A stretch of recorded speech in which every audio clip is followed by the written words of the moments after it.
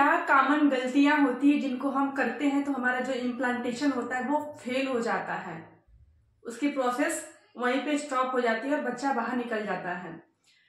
तो बहुत बहुत स्वागत है आपके इस चैनल में। नमस्ते, बहुत बहुत स्वागत है आपका इस चैनल में। आज की वीडियो बहुत ही ज्यादा हेल्पफुल होने वाली है, आपके लिए बहुत ही ज्यादा लाभदायक होने वाली है, तो इस वीडियो को पूरा जरूर देखिएगा। अगर आपने पूरा देख लिया तो उसको फॉलो करेंगे तो जो आपका इम्प्लांटेशन होता है वो बहुत ही आसानी से सफलतापूर्वक हो जाएगा। चैनल में पहली बार है तो प्लीज चैनल को सब्सक्राइब कर दीजिए और लाइक कमेंट शेयर जरूर कर लीजिएगा। कमेंट कीजिएगा किनका इम्प्लांटेशन सफल रहा, इम्प्लांटेशन के लक्षण उनको दिखाई दिए। हम बात करते हैं कि इम्प्लांटेशन के दौरान ऐसी क्या गलतियां होती हैं जिनको हमको नहीं करना है, जिससे कि हमारा बच्चा गर्भ में आसानी से इम्प्लांट हो जाए, चिपक जाए, बच्चे का निर्माण और ग्रोथ होने लगे अच्छे से।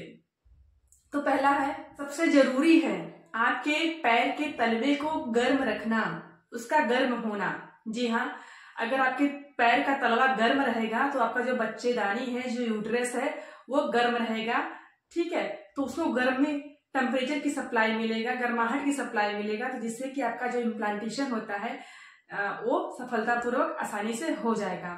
इम्प्लांटेशन वह प्रक्रिया होता है जिसमें जब आपने अपने पार्टनर के साथ इंटरकोर्स किया तो जो एग होता है वो स्पर्म से फर्टिलाइज हो जाता है। ओवुलेशन के टाइम महिला के शरीर से हर महीने एक एग रिलीज होता है, तो जैसे ही हम रिलेशन बनाते हैं तो स्पर्म जाके एग को फर्टिलाइज कर लेगा। फर्टिलाइजेशन के 6 या 10 दिन बाद, 7 दिन बाद इम्प्लांटेशन की प्रक्रिया शुरू हो जाती है। इम्प्लांटेशन क्या होता है, जब वो फर्टिलाइज एग हो जाता है, जो एम्ब्रियो रहता है वो आपके फैलोपियन ट्यूब से होते हुए यूट्रस बच्चेदानी में जाता है और वहाँ की जो दीवार होती है, इंट्रोमीडियम लेयर होती है, उसमें अपनी जगह बनाता है ताकि बच्चे को एक सुरक्षित स्थान मिल सके और बच्चा वहाँ पे 9 महीने पूरा अच्छे से ग्रो कर पाए और सारा नरिशमेंट उसको बच्चेदानी में मिलता रहे। आपके पैर का तलवा जो है बहुत ही ठंडा रहता है। ठीक है, बहुत ही ठंडा रहेगा तो आपका गर्भाशय जो बच्चेदानी होती है वो भी ठंडा हो जाएगी, जिससे कि आपके इम्प्लांटेशन में हो सकता है कि वो मिसकैरेज हो जाए, आपका इम्प्लांटेशन सही से ना हो पाए। तो क्या करना है कि अगर ठंडी का मौसम में बहुत ही ठंडा लग रहा है आपके पैर में तो सॉक्स पहन के सोइए, जिससे कि आपका जो पैर के तलवे हैं वो गर्म रहेंगे और आपका इम्प्लांटेशन फेल नहीं होगा, इम्प्लांटेशन की प्रक्रिया सफलतापूर्वक हो जाएगी। दूसरा है, प्रेगनेंसी कंसीव हो गया है तो कम से कम 7 से 8 घंटे की नींद बहुत ही जरूरी है।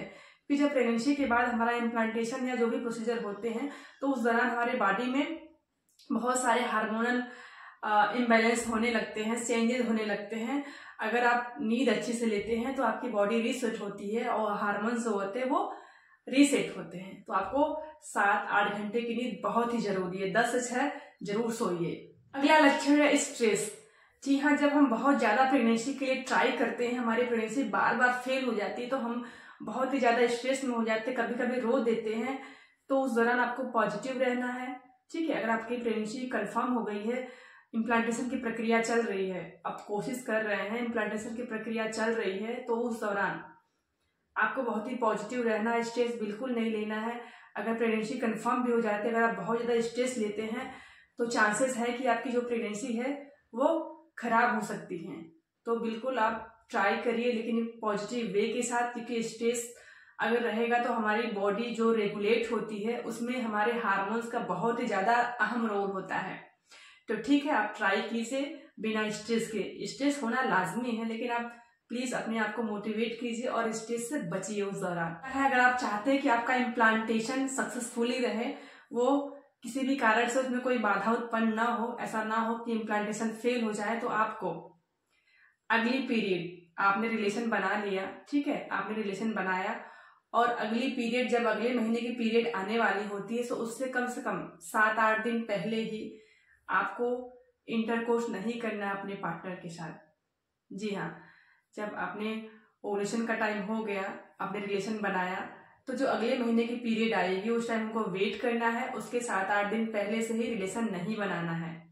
अगर हम उस दौरान रिलेशन बना सकते हैं तो हो सकता है कि आपके बच्चेदानी में कोई प्रॉब्लम हो या अंडे क्वालिटी अच्छी ना हो, तो वो हो सकता है कि जो इम्प्लांटेशन हो वो फेल भी हो सकता है। तो आपको रिलेशन से बचना है। जब आपने रिलेशन बनाया प्रेगनेंसी के लिए तो फिर इम्प्लांटेशन के समय पे आपको कुछ गर्म चीज़ों को खाने से बचना है, जैसे कि तीखा बहुत हो गया, मसालेदार सब्जियां हो गई, खट्टा हो गया, इन सब से बचना है, क्योंकि हो सकता है कि ये आपके इम्प्लांटेशन को बाधा उत्पन्न कर सकते हैं।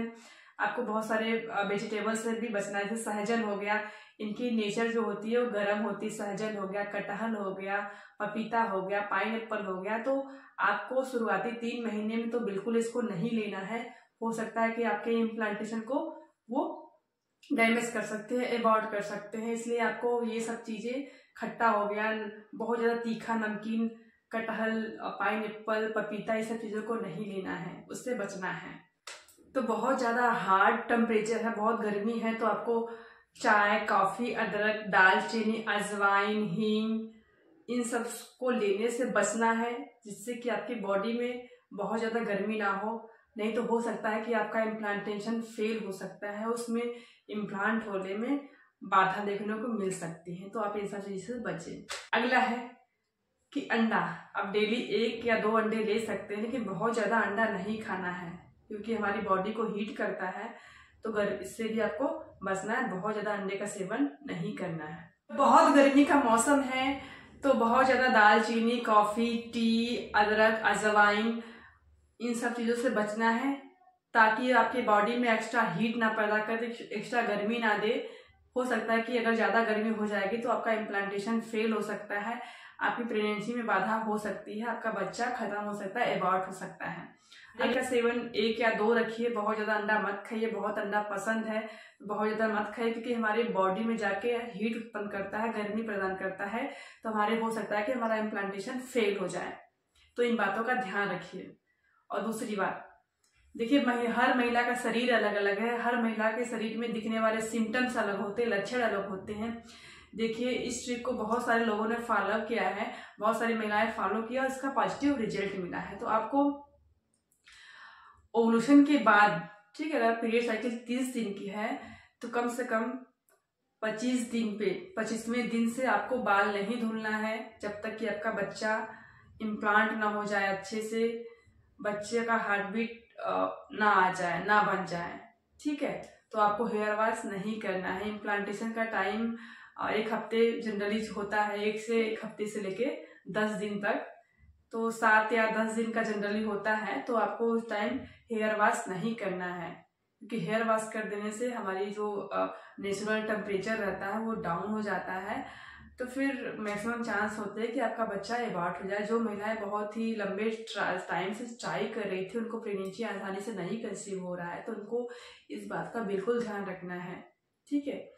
आपको आपकी साइकिल अगर 30 दिन की है तो 25वें दिन से बंद कर देना है हेयर वॉश, और वेट करना है कि जब तक आपका पीरियड अगले महीने का, जितने दिन की साइकिल है, अगले महीने का जो पीरियड आने का डेट होता है उस डेट तक वेट करना है, ठीक। अगर नहीं आती है तो आपको प्रेगनेंसी टेस्ट करके अपना बच्चे का जब तक हार्ट बीट ना आ जाए तब तक बाल को नहीं धुलना है। तो इन सब चीज़ों को फॉलो कीजिए, आपका इम्प्लांटेशन बहुत ही आसानी से और सक्सेसफुली तरीके से हो जाएगा। तो अपना ख्याल रखिए, ठीक है, क्योंकि माँ का जर्नी, माँ बनने का जर्नी बहुत ही केयरफुली करना होता है इसको। तो आप मेरे इस टिप्स को फॉलो कीजिए, आशा करते हैं उसको फॉलो करेंगे और आपकी जो प्रेगनेंसी की जर्नी है बहुत ही खुशहाल होगी। देखने के लिए बहुत बहुत धन्यवाद।